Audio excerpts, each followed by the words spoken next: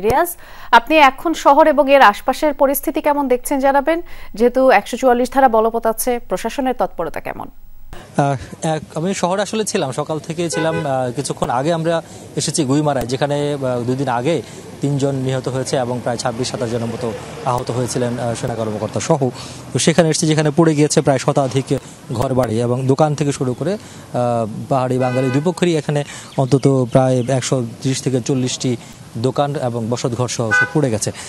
তো আমরা এখানে এসেছিলাম মূলত জেলা প্রশাসন এবং যারা রয়েছেন জেলা পরিষদ এবং জেলা প্রশাসনের পক্ষ থেকে এখানে তাদের যারা ক্ষতিগ্রস্ত হয়েছেন তাদেরকে পুনর্বাসন কিভাবে করা যায়, তাদেরকে কিভাবে সহযোগিতা করা যায়, আপাতত তারা চলার মতো যাতে সুযোগ তৈরি হয় পাহাড়ি এবং বাঙালি যারা ক্ষতিগ্রস্ত হয়েছেন তাদের সাথে দেখা করার জন্য, এবং যে 3 জন মারা গেছেন তাদের পরিবারের সঙ্গে দেখা করার জন্য তারা গিয়েছেন। একটু আগেই এখানে কথা বলেছেন। তবে জেলা প্রশাসক তিনি দৃঢ়ভাবে বলেছেন যে যারা এই আন্দোলনটি করছে মূলত তাদের যে 8 দফা তারা দাবি দিয়েছে, সেই দাবির মধ্যে 7টি দফায় তারা চেষ্টা করছেন পূরণ করার জন্য, এবং আরেকটি যেটি রয়েছে 144 ধারা তুলে নেওয়ার বিষয়, তারা জেলা প্রশাসক বলছেন যদি তারা অবরোধ প্রত্যাহার করে তাহলে সেই বিষয়ে তারা সিদ্ধান্ত নিতে পারেন বা তারা ইতিবাচক চিন্তাভাবনা করবেন। তবে তার আগে আসলে যা পরিস্থিতি যদি স্বাভাবিক না হয় তাহলে 144 ধারা তুলে নেওয়ার মতো পরিস্থিতি এখন পর্যন্ত তৈরি হয়নি, এবং এটি তুলে নেওয়া হবে কি হবে না বা কখন তুলে নেওয়া হবে সেটা নির্ভর করছে যারা আন্দোলন করছেন। এই যে ধর্ষণের ঘটনাকে কেন্দ্র করে বা অভিযোগকে কেন্দ্র করে যে আন্দোলন করছে সেই আন্দোলনের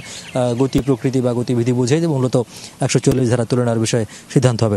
তবে এখানে সাধারণ যারা স্থানীয় বা ব্যবসায়ী যারা ক্ষতিগ্রস্ত হয়েছেন তারা বলছেন যে তারা আসলে এই ধরনের সংঘাতের সঙ্গে তারা পরিচিত নন, এবং এখানে এটি অনেক বছরের একটি সম্প্রীতির জায়গা এই গুইমারা, এবং গুইমারা এই বাজারটিতে কখনোই এই ধরনের সংঘর্ষের ঘটনা বা এই ধরনের জ্বালাপোড়ার ঘটনা ঘটেনি। সুতরাং এতে তারা অনেকটাই হতবিহ্বল হয়ে পড়েছেন এবং বলছেন এটি যত দ্রুত সম্ভব ক্ষতিগ্রস্ত যারা রয়েছেন তাদেরকে পুনর্বাসন থেকে শুরু করে সহযোগিতা যেমন করা দরকার, পাশাপাশি এই যে আস্থা এবং বিশ্বাসের যে সংকট তৈরি হয়েছে পাহাড়ি এবং বাঙালিদের মধ্যে সেটি যাতে ফিরিয়ে আনা যায় সেজন্য সব পক্ষের নেতাদের একটি যৌথ পরিকল্পনা বা প্রয়াস প্রয়োজন, এবং তাতে সহযোগিতা করতে পারে আইনশৃঙ্খলা বাহিনী, সিভিল এবং সামরিক যে প্রশাসন রয়েছে তারা।